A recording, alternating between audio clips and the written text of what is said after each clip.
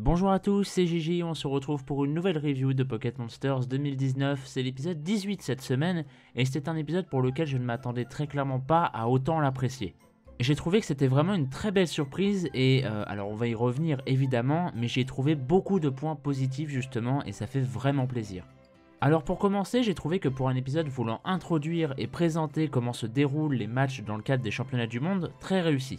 Le fait de pouvoir chercher un adversaire de ta classe dans les environs, que chaque dresseur doit bien évidemment être d'accord et accepter la requête de l'autre, le système de points et surtout le fait que les champions d'arène soient également traités comme des dresseurs classiques entre guillemets, en tout cas dans ce cadre-là, eux aussi commencent tout en bas de l'échelle.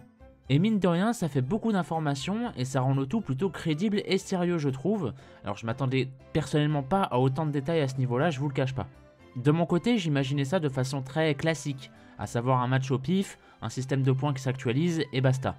Alors techniquement, dans le résultat, c'est ça, hein. Mais c'est bien plus structuré et préparé qu'on ne le croit, et personnellement, j'aime ce genre de détails. Passons justement au combat opposant Sacha au remplaçant du Major Bob, le champion de Carmin-sur-Mer donc. Déjà pour commencer, la fameuse continuité est encore une fois abordée ici, car Sacha et le remplaçant évoquent tous les deux le vieux combat de Sacha contre Bob. La plupart des fans, et moi y compris par moments, je vais pas vous mentir, se plaignaient que la continuité ne soit pas assez prononcée par moments. Là pour le coup, on a été bien servi, soyons francs. Pour parler du combat plus en profondeur, j'ai adoré la chorégraphie du combat dans son intégralité. Je l'ai trouvé bien travaillé, très maîtrisé, avec son lot de petites surprises et de références en plus à d'anciens combats comme par exemple Pikachu qui bloque la charge adverse avec sa queue, rappelant évidemment son combat face au Raichu de Bob à l'époque. Ou encore les stratégies mises en place pour Electrode, comment Pikachu arrive à le contrer à 2 reprises de façon masterclass. Et parlons-en justement, Ectoplasma et Pikachu sont des monstres dans ce combat là en tout cas. Et franchement ça fait tellement plaisir de voir Sacha à ce niveau là. Alors ce n'était pas non plus un match à sens unique, hein, clairement pas. Mais on arrive clairement à ressentir la maîtrise et l'expérience de Sacha pour les combats, qui pour le coup surpasse largement son adversaire. Et pour finir en beauté, parlons de ce fameux drama laissé en suspens la semaine dernière concernant la pyro. Je vous l'avais dit la semaine dernière justement, j'avais très peur de cet épisode là justement car il ne semblait pas du tout continuer cette trame. Et c'est malheureusement bien le cas. Alors que c'était le moment parfait pour nous pondre un double épisode centré là-dessus, les scénaristes semblent avoir pris la décision de mettre ça de côté pour le régler plus tard. Régler ça plus tard, à la limite pourquoi pas. Mais dans ce cas, pourquoi la pyro continue-t-il à suivre Go?